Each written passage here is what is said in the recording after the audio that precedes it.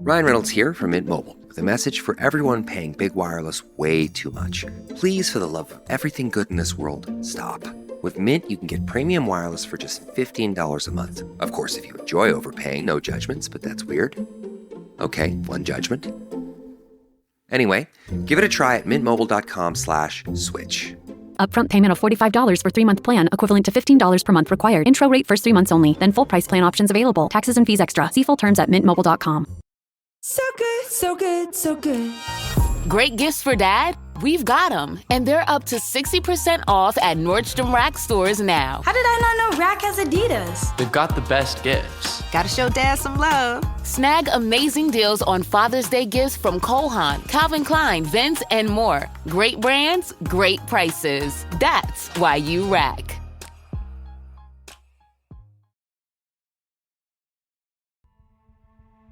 Thanks for listening to the Red Treehouse, where I tell scary stories to keep you up at night. You can listen to the Red Treehouse on your favorite streaming platforms. Be sure to follow, like, and subscribe. Oh, and leave a 5-star review. And now, you can find the Red Treehouse on Patreon. Join the Red Treehouse community for as little as $3 per month and receive exclusive member benefits. Simply go to patreon.com/Red Treehouse. Important note: sources for this episode can be found in the show notes. The Red Treehouse is dedicated to my dad. I love you, Pop.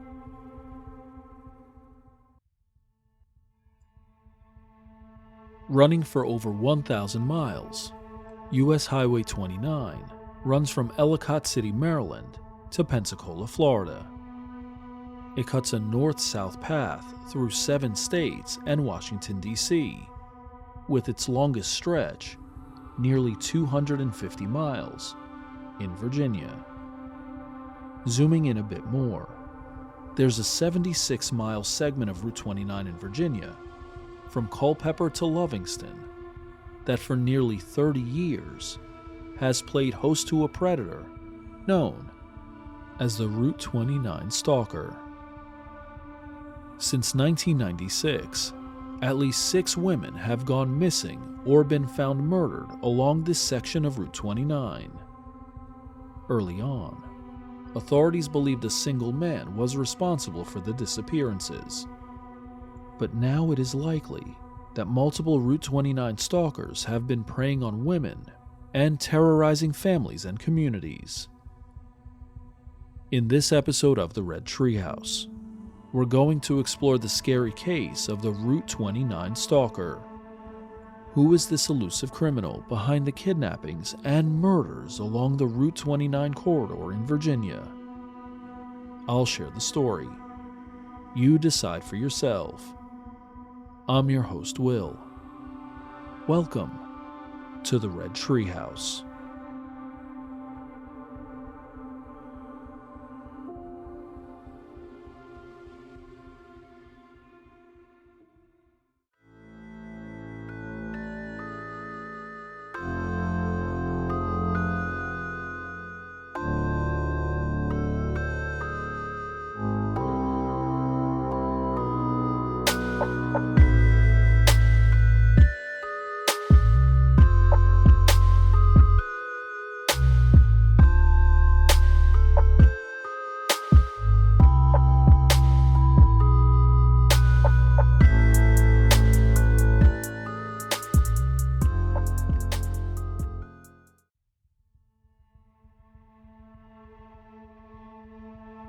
On March 2nd, 1996, 25-year-old Alicia Showalter Reynolds was preparing to spend the day shopping with her mother in Charlottesville, Virginia, more than 150 miles from her home in Baltimore, Maryland.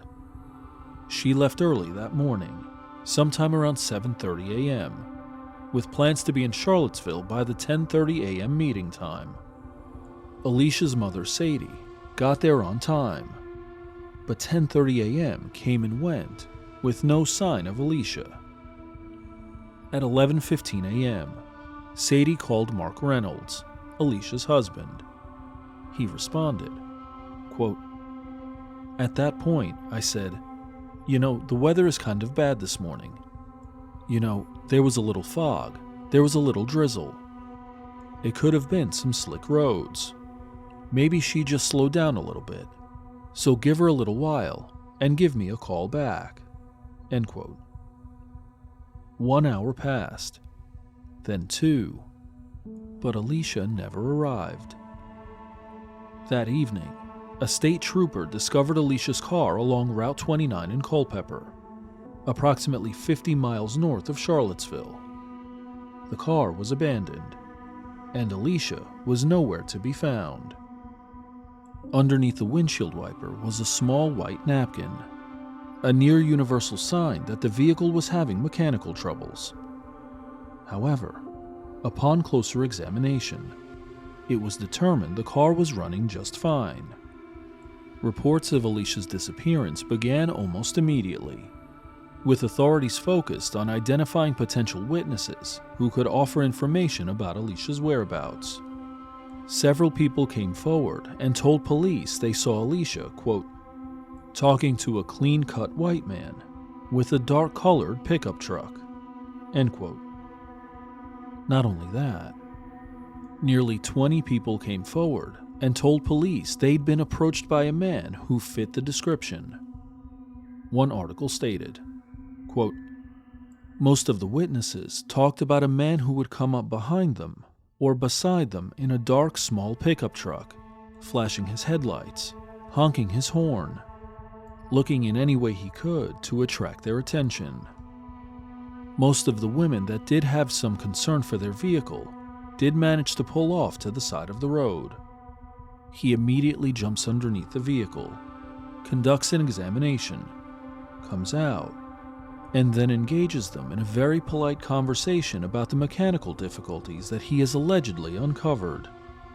Some of the women would not pull over for him, but merely went to the next exit or to their destination and had someone else look at their vehicle.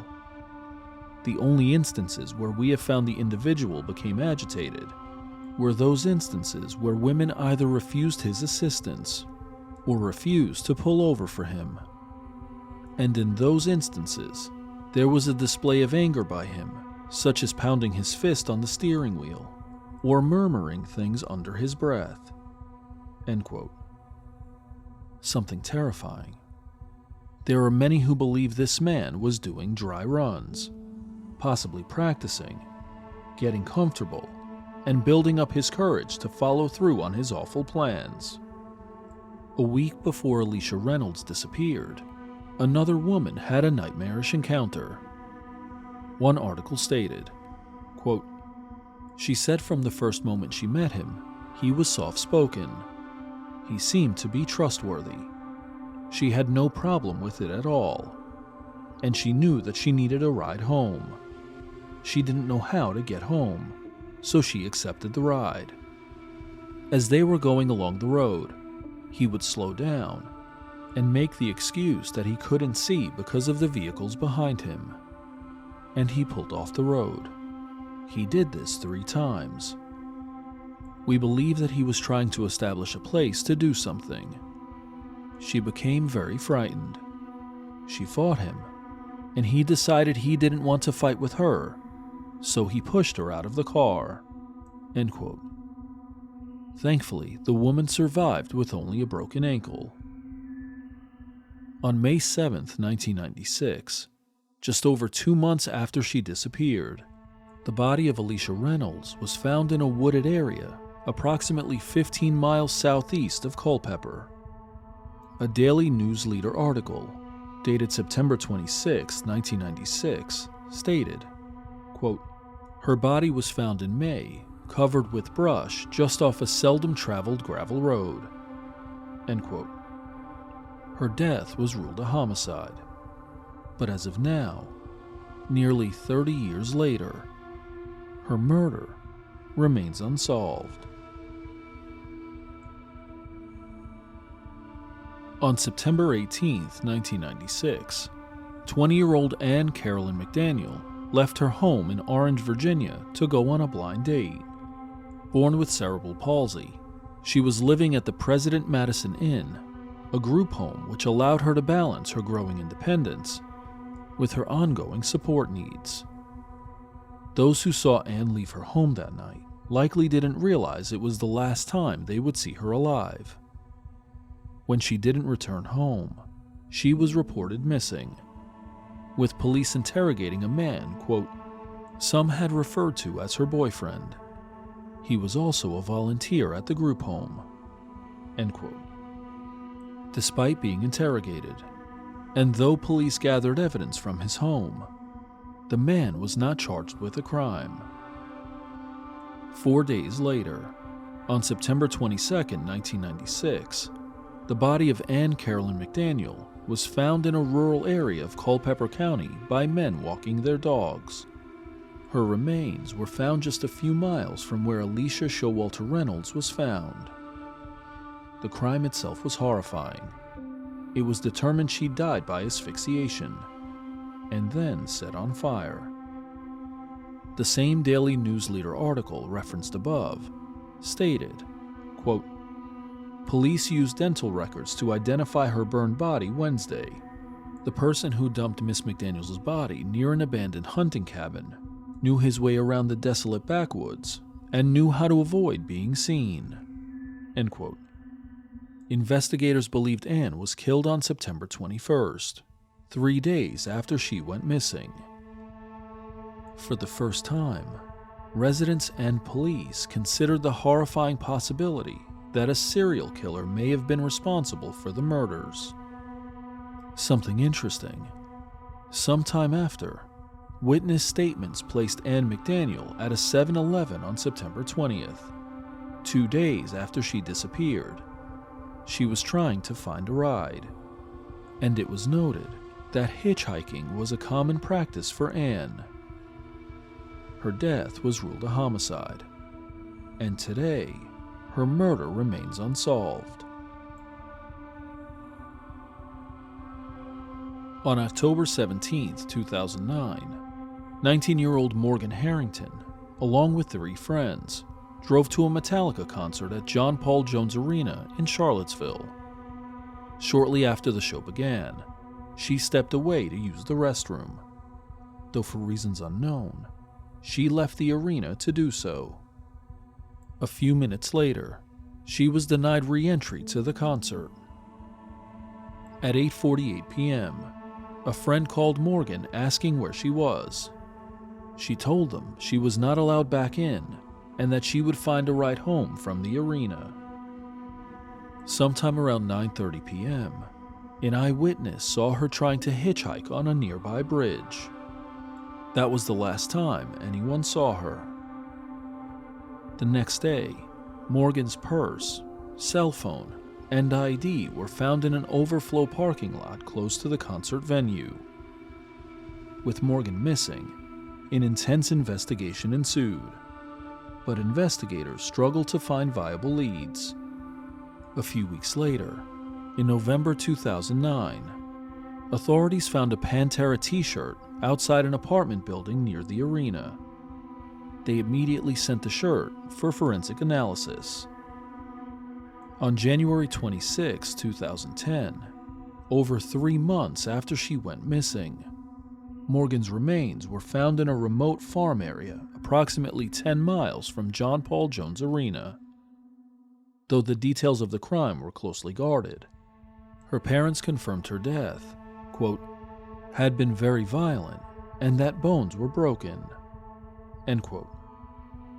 Morgan's mother further confirmed that she had been raped. In April 2010, the forensic analysis of the Pantera t-shirt confirmed it belonged to Morgan and that she'd been wearing it the night she disappeared.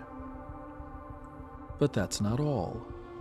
Tests also confirmed a DNA link between Harrington's murder and a sexual assault that occurred in September 2005 in Fairfax, Virginia. We'll come back to Morgan's story a bit later.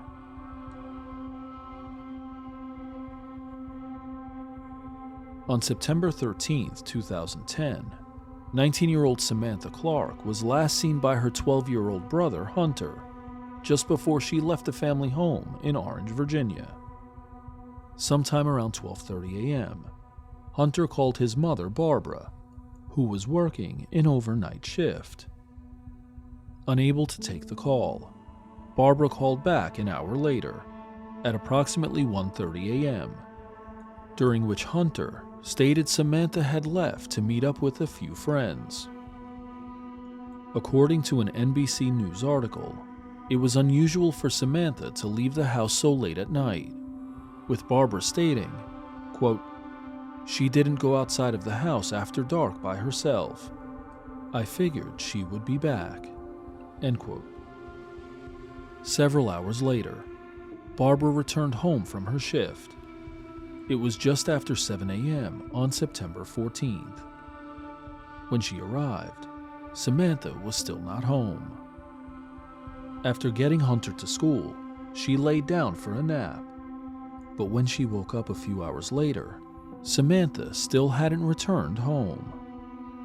Concerned, Barbara attempted to file a missing persons report, but was told she had to wait 48 hours before she could file.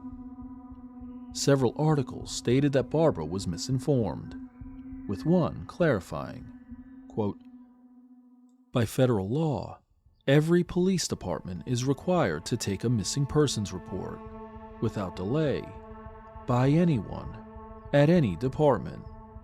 Unfortunately, that truth is not as known and understood as we would hope.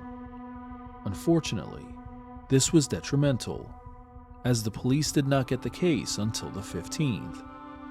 End quote. In the hours before Samantha disappeared, it was discovered that she received at least 5 phone calls from a man named Randy Taylor. A few days before her disappearance, Samantha met Randy Taylor at a local restaurant while conversing with 2 other young men. The two exchanged numbers, and when detectives connected Samantha and Randy, he immediately became a suspect. Despite this, police were unable to find any evidence to link him to Samantha's disappearance. In 2021, Samantha's case was reclassified as a homicide. As of today, nearly 15 years later, Samantha's case remains unsolved, with Randy Taylor as the prime suspect. On November 20th, 2012, 19-year-old Sage Smith, a transgender woman, was last seen on West Main Street in Charlottesville. On the night she disappeared, Sage met an acquaintance, Eric McFadden, who reportedly was the last person to have contact with her. Eyewitnesses reported seeing Sage sometime around 7 p.m. at a local cafe, but she never made it home. Initially, her disappearance was classified as a missing persons case, but 4 years later, in December 2016, it was reclassified as a homicide investigation. In the days following Sage Smith's disappearance, Eric McFadden was scheduled to meet with detectives in person, but he didn't show and was said to have skipped town. In a strange twist, in June 2019, the Charlottesville Police Department filed a missing persons report for Eric McFadden at the request of his mother. He was believed to have lived in various cities across the East Coast and possibly the West Coast. But despite following up on leads, detectives have come up empty. As of today, nearly 13 years later, Sage Smith's case remains unsolved, and Eric McFadden remains missing.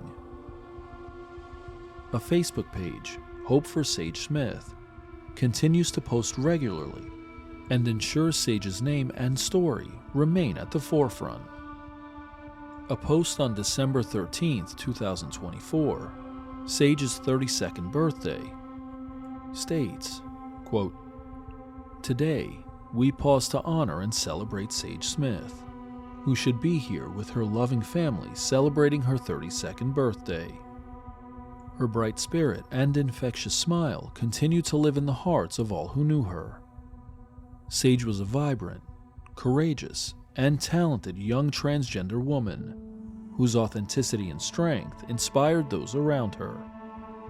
She dreamed of a future filled with possibilities and had so much more life to live. Her absence has left an irreplaceable void in the lives of her family, friends, and community members who miss her profound presence every single day. On the evening of November 20th, 2012, Sage disappeared from Charlottesville, Virginia. She was last seen walking along West Main Street around 6:30 p.m. That night, she never made it home, and her family has been searching for answers ever since. We firmly believe that there are people who hold the key to solving this case. If you know something, your silence only prolongs the pain of a family who deserves to know the truth. We implore you to find the courage to come forward. Even the smallest detail could be crucial in providing her family with the answers they've sought for over a decade. You can share information completely confidentially through multiple channels. Contact our page directly through private message. Call Crime Stoppers anonymously at 434-977-4000. A $20,000 reward remains available for information leading to the resolution of this case. End quote. On August 3, 2013, 17-year-old Alexis Murphy, a high school student at Nelson County High School, was preparing for the short drive to nearby Lynchburg, about 30 miles south of her home in Shipman, Virginia. En route, she stopped at a Liberty gas station in Lovingston to fill up her 2003 Nissan Maxima. She was never seen again.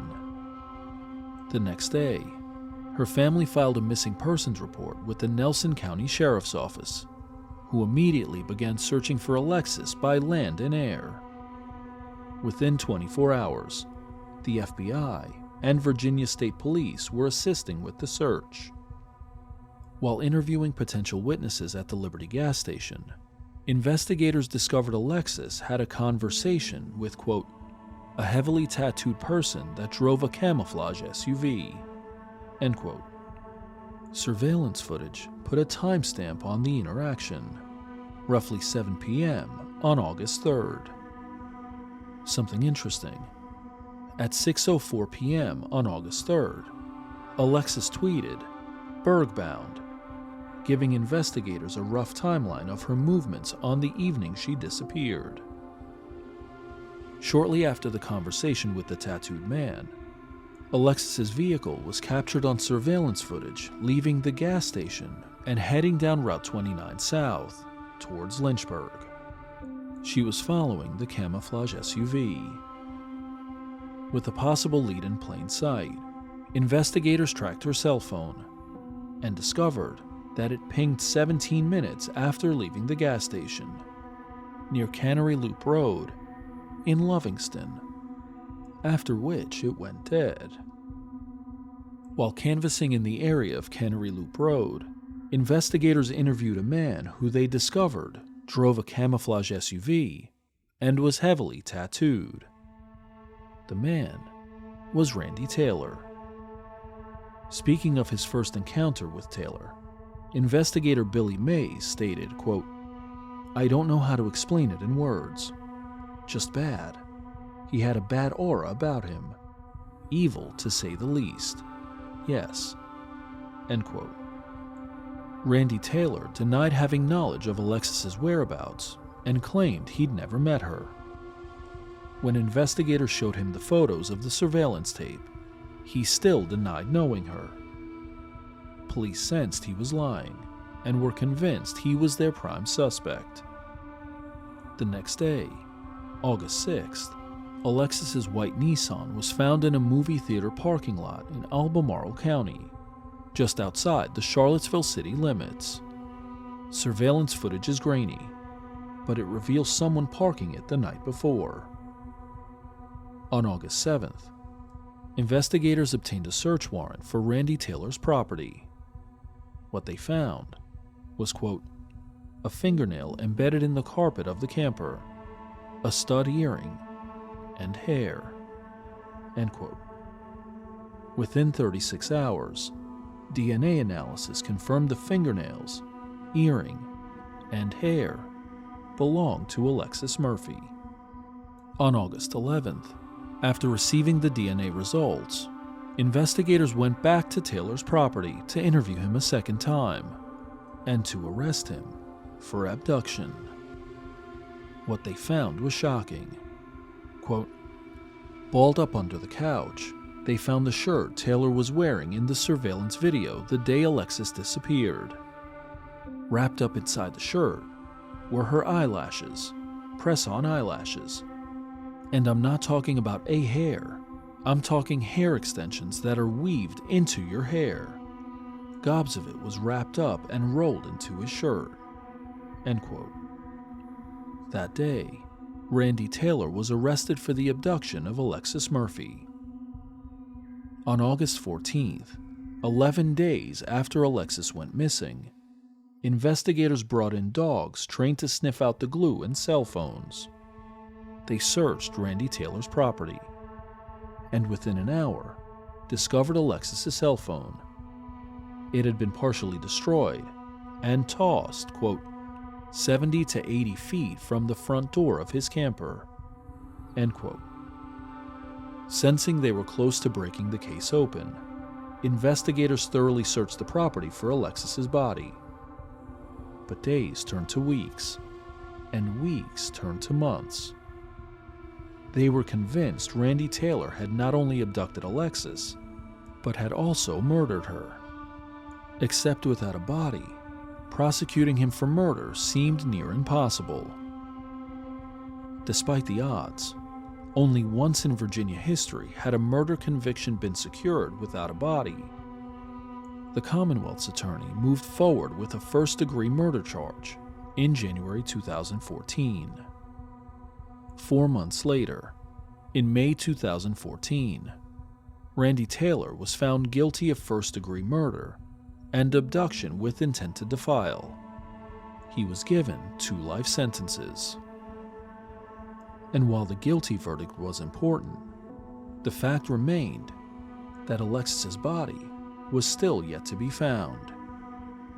On December 3, 2020, 7 years and 4 months after she disappeared, investigators discovered Alexis Murphy's remains off Stagebridge Road in Lovingston, just 4 miles from Randy Taylor's property. A Facebook page, Help Find Alexis Murphy, posted following the identification of her remains. Quote, "There are approximately 3,679,200 minutes in 7 years. Alexis has been missed in each of them. We have spent them grieving the unknown and her presence, while simultaneously trying to continue to find joy in life. While in many ways we are just truly beginning to start the grieving process, we also realize this means we can begin celebrating who Alexis was and the incredible impact she had on each of us in life and in death." End quote. Randy Taylor remains incarcerated at Red Onion Prison and remains the prime suspect in the disappearance of Samantha Clark. On September 13, 2014, 18-year-old University of Virginia student Hannah Graham was seen walking near the downtown mall in Charlottesville. According to her friends, she sent a text message at 1:20 a.m. telling them she was heading to a party but had gotten lost. She was never seen again. Surveillance footage captured Hannah walking unsteadily alongside an unidentified man. Eyewitnesses claim to have seen her talking with Jesse Leroy Matthew Jr., also known as LJ, a former hospital orderly and cab driver. According to one article, quote, "Matthew was seen in the restaurant holding an arm around Graham, and that she looked drunk. The last witness to see Graham alive says that she was with a man who did not look friendly." End quote. While walking with Matthew, she was led to his vehicle, where she was reported as saying, quote, "I'm not getting in that car with you," end quote. Jesse Matthew quickly became a person of interest, and investigators searched his car and apartment, though they didn't arrest him at the time. On September 21st, just a week after Hannah Graham's disappearance, police issued an arrest warrant for Jesse Matthew, and on September 23rd, it was announced he'd been charged with abduction with intent to defile. A day later, on September 24th, he was arrested in Galveston County, Texas, with authorities believing he was attempting to cross the border into Mexico. On September 29th, in a terrifying plot twist, authorities announced forensic evidence taken from the investigation into the murder of Morgan Harrington in 2009 matched DNA evidence taken from Jesse Matthew. According to sources, he'd interacted with Harrington on the night she disappeared. But that's not all. DNA from Jesse Matthew also matched DNA evidence from an attempted sexual assault that occurred in September 2005 in Fairfax, Virginia. On October 18, 2014, 5 weeks after her disappearance, Hannah Graham's body was discovered in Albemarle County, and in February 2015, the remains were confirmed to be hers. The charges against Jesse Matthew were upgraded to first-degree murder. A few months later, in May 2015, the charges were once again upgraded to capital murder, which meant if convicted, he could have faced the death penalty. On September 15, 2015, Jesse Matthew was charged with first-degree murder and abduction with intent to defile in the murder of Morgan Harrington. On October 2, 2015, he entered an Alford plea in the Fairfax County assault case. He was subsequently convicted of all charges and given 3 life sentences. Jesse Matthews' trial date was set for July 5, 2016. But on March 2nd, he pleaded guilty. He was given an additional 4 life sentences, bringing his total to 7 life sentences for the attempted murder of the victim in Fairfax and the murders of Morgan Harrington in 2009 and Hannah Graham in 2014. Though several of these cases have reached resolution, we're still left with the obvious question: who is the Route 29 stalker? At least 2 theories have emerged. In some ways, the Route 29 stalker moniker is misleading because it suggests a single person is responsible for the kidnappings and murders. Except we already know at least 2 individuals, Randy Taylor and Jesse Matthew, have been convicted in the deaths of at least 3 women. And in Jesse Matthews' case, he confessed to the kidnapping and murders of Morgan Harrington and Hannah Graham. And though he was convicted of Alexis Murphy's murder in 2014, Randy Taylor claims he is innocent of any wrongdoing. There are some who believe an active serial killer at the time of Reynolds and McDaniel's murders, Richard Mark Evenitz, may be the elusive stalker.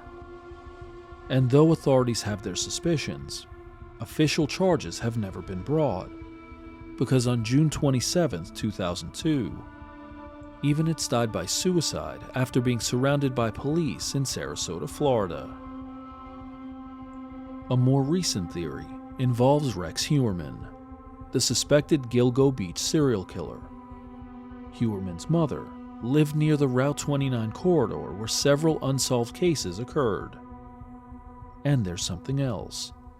The artist sketch of the man who may have abducted Alicia Showalter Reynolds looks near identical to Rex Heuermann. As of today, the Route 29 stalker remains elusive.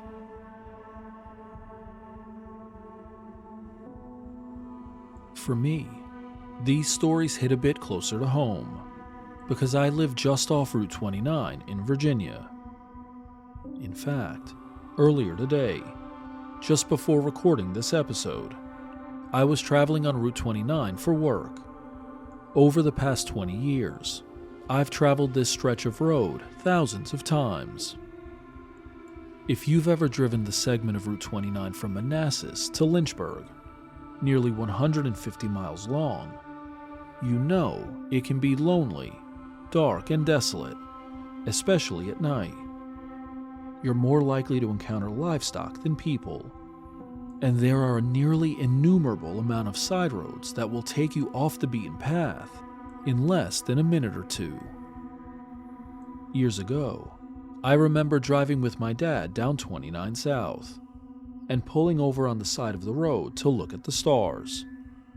There was no light pollution, and it seemed like the universe unfolded right there in the middle of nowhere.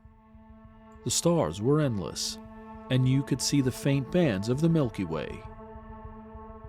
Life is a paradox, though, because while for me, Route 29 holds good memories of seeing the stars with my dad and traveling to see family for special occasions, for others, it's where their worst nightmares came to fruition. I remember when Morgan Harrington went missing in 2009, when Alexis Murphy went missing in 2013, and when Hannah Graham went missing in 2014. For years, I drove past and often stopped at the Liberty gas station where Alexis Murphy was last seen alive. I saw the purple banner with the words "Missing, if you've seen me, call," with her picture on it. And I remember the sadness and relief when the news broke that her body had been found in 2020. I remember watching the news and reading articles after Hannah Graham disappeared in 2014, in part because for a brief time in my freshman year of college, I lived on the same dormitory as Jesse Matthew. He lived 2 or 3 doors down from me, and I remember him being quiet, private, and a man of few words. For part of that first semester, he didn't offer much more than a head nod when we'd pass each other. Then, one day, he was gone. Literally overnight, he was gone from campus. In the weeks that followed, whispers got around that he'd been accused of a sexual assault on campus and that he'd been expelled from school. Sometime soon after, I requested a room change to fill the vacancy in his room. At the time, I had 2 other roommates in a tiny room and felt more space was better. I don't remember which bunk I slept in, but it's very possible it was Jesse Matthews. More than anything, the case of the Route 29 Stalker is about the women whose lives were cut tragically short by a murderous predator. These women had hopes, dreams, plans, and lives. They were someone's daughter, sister, spouse, friend, and they deserve to be here. As we close this episode of the Red Treehouse, we're left with this lingering question. Who is the elusive criminal behind the kidnappings and murders along the Route 29 corridor? I've shared the story. Now you decide for yourself. I'm your host, Will. Thanks for joining me in the Red Treehouse.